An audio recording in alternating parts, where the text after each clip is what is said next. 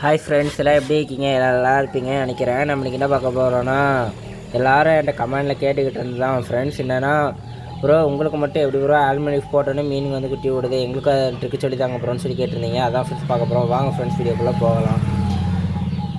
Friends, அது ஒன்றும் trick இல்லை ஃப்ரெண்ட்ஸ், அது ஒன்றும் சிம்பிளான ஒரு இதான் உங்களுக்கு நான் சொல்கிறேன்.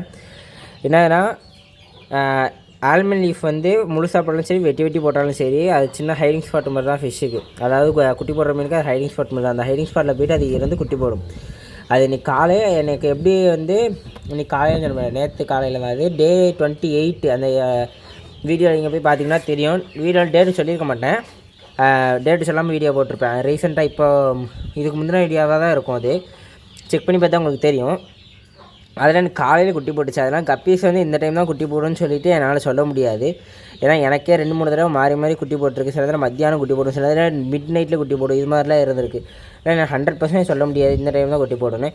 அதனால் நான் வந்து ஆட் பண்ணுற அந்த டைமில் வந்து அது வந்து அப்படியே குட்டி போடுற ப்ரெஷரில் இருந்திருக்கலாம். அதனால் ஆட் பண்ண உடனே வந்து அதுக்கும் ஹைடிங் ஸ்பாட்டாக தோணி உடனடியாக குட்டி போட்டிருக்கலாம். இப்போவுமே என்கிட்ட குட்டி போட்டுக்கிட்டு தான் இருக்குது. இன்றைக்குமே குட்டி போட்டுக்கிட்டு இருக்குது. நான் இன்றைக்கி வெளியே போகிறதுனால நான் வீடியோ எடுக்க முடியல. நீங்கள் இது மட்டும் கேட்டிங்கன்னு சொல்லிட்டு தான் உடனே வீடியோ எடுத்தேன். என்னென்னா, நான் வந்து இப்போ ஆல்மண்ட் லீஃப் வந்து வெட்டி ஒரு டப்பாவில் வந்து உங்களுக்கு போட்டு வச்சுருக்கேன். என் கூடயே சேர்ந்து பண்ணுங்கள். நான் எப்படிலாம் என்னெல்லாம் ஸ்டெப் பண்ணுறனோ அதே மாதிரி நீங்கள் பண்ணுங்கள். உங்களுக்கும் கண்டிப்பாக என்ன மாதிரியே உங்களுக்கும் உங்கள் ஃபிஷ் வந்து கன்ஃபார்ம் குட்டி போடும். இது இந்த ஆல்மண்ட் லீஃப் வந்து இது எதுக்காகனா, குட்டி போடாத மீனை கூட ஈஸியாக குட்டியை போட வச்சிரும். இது மட்டும் சேர்க்கணும்னு சொல்லிட்டு மற்ற எந்த பிளான்ட்ஸு ராக்ஸ் எதுவும் சேர்க்காமல் இருக்கக்கூடாது. பிளான்ட்டையும் இதையும் ஆல்மண்ட் லீஃபும் சேர்க்கணும், பிளான்ட்ஸும் சேர்க்கணும். அப்போனா தான் உங்களுக்கு வந்து குட்டியோட இலைப்பை வந்து கொஞ்சம் கம்மி பண்ண முடியும். ஏன்னா போட்ட எல்லா குட்டியுமே போட்ட உடனே வந்து சிம் பண்ணாது. சில குட்டி தான் போட்ட உடனே சிம் பண்ணும். சில குட்டி போட்ட உடனே கீழே போய் தரையாக கண்ணாடி தொட்டினா கண்ணாடி தொட்டியோட பாட்டமில் போய்க்கும், சிமெண்ட் தொட்டினா சிமெண்ட் தொட்டியோட பாட்டமுக்கு போய்க்கும். இப்போ நீங்கள் வந்து இப்படி போடுறீங்க பட்சத்தில் அது என்ன செய்யணும், இந்த இலைங்களுக்கு அடியில் போய் இருந்துக்கும். மற்ற ஃபிஷ்ஷால் வந்து ஹண்ட் பண்ண முடியாது. அது கொஞ்ச நேரம் கழித்து ஆக்டிவ் ஆனோடனே உங்களுக்கு வந்து மேலே டாப் டேங்குக்கு வரும். டாப் டேங்க் வரும்போது நீங்கள் ஈஸியாக குட்டியை வந்து எடுத்துக்கிற மாதிரி இருக்கும்.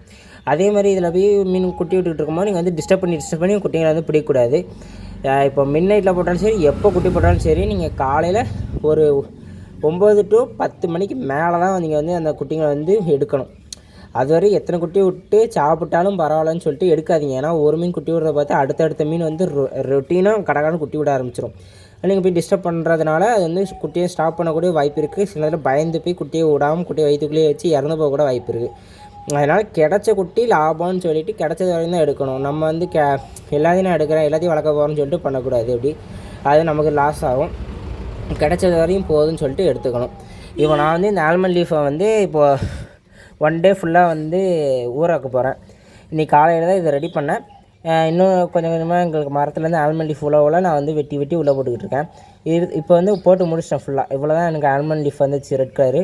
மித்த எல்லாம் எல்லோ கலரில் இருக்க ரெட் கலர் மட்டும் தான் போடணும். ரெட் கலர் எடுத்தேன், நல்லா தண்ணியில் அலசிட்டு வெட்டிட்டு உள்ளே போட்டுட்டேன். இப்போ உள்ளே ஃபுல்லாக கிடக்குது. அதான் இப்போ இது 1 day ஃபுல்லாக அப்படியே விட்டுட்டேன்னா, நாளை காலையில் இதை எடுத்து நல்லா வேக வச்சுட்டு திரும்பி தண்ணியில் போட்டு ஊற வச்சேன்னா கரெக்டாக இருக்கும். நான் ஸ்டெப் பை ஸ்டெப்பாக பண்ணுறேன். நீங்கள் வந்து மறக்காமல் வந்து ஸ்டெப் பை ஸ்டெப்பாக நான் எப்படி பண்ணுறேனோ அதே மாதிரி நீங்களும் பண்ணுங்கள். என் கூட இப்போ சேர்ந்து பண்ணுறதா இருந்தாலும் பண்ணுங்கள். இப்போ நான் என்ன பண்ணியிருக்கேன்னு சொல்லிடுறேன். இது வந்து ஆல்மண்ட் லீஃபை வந்து முழுசாகவும் போடலாம், வெட்டியும் போடலாம். அதாவது ஆல்மண்ட் லீஃப் உங்கள் கை கிடச்ச உடனே எடுத்து நல்ல தண்ணியில் நல்லா வாஷ் பண்ணிவிட்டு அப்புறமா நீங்கள் குடிக்கிற தண்ணி வந்து மேக்ஸிமம் யூஸ் பண்ணாதீங்க. போர் வாட்டரு இல்லைனா வந்து குடிக்க சம்புக்கு தண்ணி வரும் ஃப்ரெண்ட்ஸ், அந்த தண்ணி அதை பிடிச்சி நான் வந்து குடிக்கிற தண்ணியெல்லாம் ஃபில்ட்ரு தண்ணி சொல்கிறேன். ஃபில்ட்ரு தண்ணி வந்து யூஸ் பண்ணாதீங்க. சம்பு வாட்ரு இல்லை போர் வாட்டர் இல்லை கிணத்து தண்ணி அது மாதிரி யூஸ் பண்ணுங்கள். யூஸ் பண்ணிவிட்டு அதை ஊற்றி அதில் வந்து இந்த ஆல்மண்ட் லீஃப் ஃபுல்லாக வெட்டி போட்டாலும் சரி, முழுசாக போட்டாலும் சரி போட்டு வச்சுக்கோங்க. மேக்ஸிமம் நீங்கள் வெட்டி போடுறதா நல்லது. முழுசாக போட்டால் ஒரு மீனை வந்து இன்னொரு மீன் டிஸ்டர்ப் பண்ண வாய்ப்பு இருக்குது. அதனால் வெட்டி போடுறது நல்லது. வெட்டியே போட்டுக்கோங்க.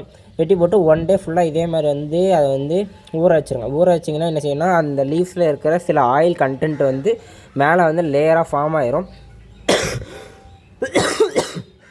அது வந்து அடுத்த நாள் வந்து நம்ம ஆல்மண்ட் லீஃபை எடுத்துகிட்டு கழுவிட்டு அந்த ஆயில் தண்ணி கீழே ஊற்றிட்டு அதுக்கப்புறமா அடுத்த ஸ்டெப் வந்து பார்த்துக்கலாம்.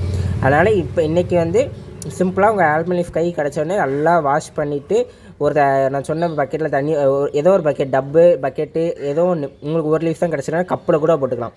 போட்டுட்டு நீங்கள் வாட்டுக்கு விட்டுலாம். ஒன் டே ஃபுல்லாக இருக்கட்டும். டேரெக்டாக கொண்டு போய் மீன் டேங்க்கில் மட்டும் ஆட் பண்ணிடாதீங்க. ஒன் டே ஃபுல்லாக தனியாக வச்சுருங்க, அப்புறமா ஆட் பண்ணுங்கள். இதேமாரி வந்து நான் வாழை இலையிலையும் வந்து நான் வந்து பண்ணி பார்த்துக்கிட்டு இருக்கேன். அது எவ்வளோ தூரம் சக்ஸஸ் ஆகுதுன்னு தெரில. அதுவும் பண்ணி பார்த்துட்டு உங்களுக்கு வந்து அதுவும் சக்ஸஸ் ஆச்சுன்னா கண்டிப்பாக உங்களுக்கு நான் வீடியோ வந்து போடுறேன். ஓகே ஃப்ரெண்ட்ஸ், நான் இதோட இந்த வீடியோ முடிச்சிடறேன். வீடியோ பிடிச்சிட்டு லைக் பண்ணுங்கள், ஷேர் பண்ணுங்கள். ஏதாவது டவுட்னா கீழே கமெண்ட்ஸில் கமெண்ட் பண்ணுங்கள். நம்ம நெக்ஸ்ட் வீடியோவில் பார்ப்போம் ஃப்ரெண்ட்ஸ். Bye friends.